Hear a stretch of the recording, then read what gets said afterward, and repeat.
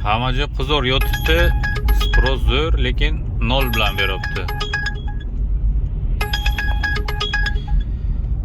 Bunaqa zakazni olib, vaqtni yo'qotish kerak emas. Yaxshiroq ishlashga harakat qilish uchun qimmatroq zakaz olish kerak. Bitta ikkita propusк qilgan bilan hech narsa bo'lmaydi. Aktivnost ketsa, u yana qaytib восстановить bo'ladi, ishlayversa. Men hozir mana bu Krigina tomonga bormoqchiman. Keyin borib komfort tarifni ham yoqaman. Hozir faqat komfort plusni yoqib qo'yganman. Uzoqdan ham beradi-da, platni podachi bilan hozir o'sha tomon boraman, berishi mumkin zakaz. Shuning uchun yoqib ketaveraman.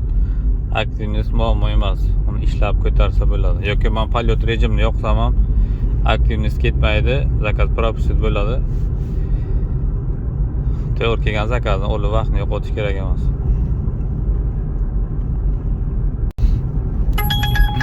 Mana bu zakaz olsa bo'ladi. Comfort Plus 350 320 bilan beryapti.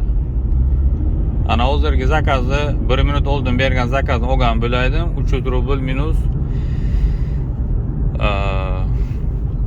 foydasi yo'q-da. Yaxshi zakaz beradigan vaqtda hozir normal sпрос zo'r, havo sovuq. O'sha uchun kutish kerak, shoshilmaslik kerak. To'g'ri kelgan zakazni olib ketaversa ham bo'lmaydi. Qachon qaysi zakazni olish kerak, qayerdan olish kerak, qaysi vaqt ishlash kerak.